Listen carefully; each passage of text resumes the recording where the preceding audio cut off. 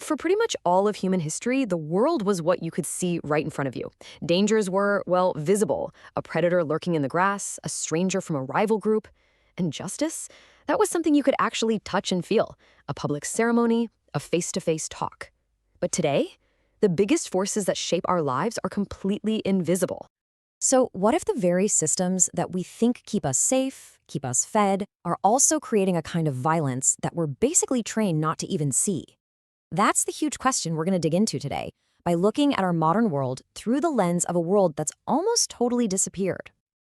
To really get a handle on our world, we've first got to take a trip to a completely different one. It's what the anthropologist Jared Diamond calls the world until yesterday. This is the world of small, traditional societies. And believe me, it played by a completely different rulebook. I want you to just try imagine this. You spend your entire life, from the day you're born to the day you die, surrounded by the exact same few dozen people. You end up marrying someone from a village just over the hill, and every single argument has to be worked out because you can't just pack up and move. You definitely can't just block them on social media. This wasn't some lifestyle choice. For thousands of years, this was just reality. This super intense, face-to-face life meant there was literally no anonymity. Your reputation, who you were, your relationships, that was everything. That was your social safety net. And a stranger? A stranger wasn't just some tourist passing through. They were a massive potential threat. Somebody was a zero connection to your community, and because of that, no real reason to treat you like a human being. Now, it's really easy to romanticize this kind of close-knit life, but Diamond's research throws a real curveball. Just look at this chart. The annual war-related death rate for a group like the Dani in New Guinea was about 1% of their whole population. 1% every year. Now, compare that to the 20th century. Even with 2 world wars, for countries like Germany and Russia, the rate was so much lower. On a person-by-person basis, their world was often way more violent than ours. So if violence was that common, how on earth did they handle it? Well, it wasn't with police and courtrooms like we have. Justice was personal, and its main goal wasn't just to punish someone, it was to stitch the community back together again. Diamond tells this incredible story. A company driver in Papua New Guinea accidentally hits and kills a young boy. In our world, you know what happens next. A long, cold, impersonal legal battle. But there, something totally different happened. The goal wasn't to figure out guilt or innocence based on some abstract law. It was to heal this massive tear in the fabric of their society. The process didn't kick off with lawyers. It kicked off with talking. The different clans got together to manage all that grief and anger. Then they agreed on a formal payment.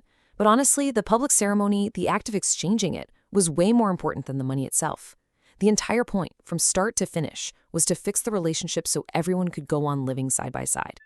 I mean, the contrast is just night and day, right? Traditional justice is all about healing the group, the community. Modern state justice, it's about this abstract thing, the state, punishing a person for breaking one of its rules. One is emotional and personal. The other is cold and bureaucratic. One ends with bringing someone back into the fold. The other ends with locking them away. They're just 2 completely different ways of looking at the world.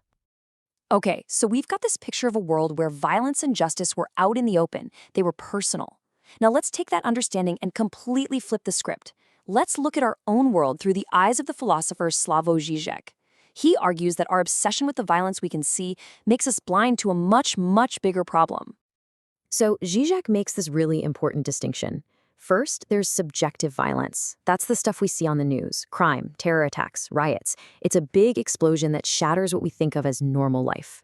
But then there's objective violence. And that's the violence of normal life itself. It's the quiet, systemic violence that's baked into our economic and political systems, the stuff that creates the conditions for all those explosions to happen in the first place. So by always focusing on the shocking, subjective stuff, our attention gets pulled away from the quiet, grinding, objective violence that's happening every single day. It's the violence of a system that allows for mass poverty, or that leads to environmental collapse. It's the violence you can't point a camera at, the violence you can't see. So where do we actually see the subjective violence at work? Well, Zizek points his finger at a really surprising target, a figure he calls the liberal communist. You know, the billionaire philanthropist who says they're here to solve all the world's problems.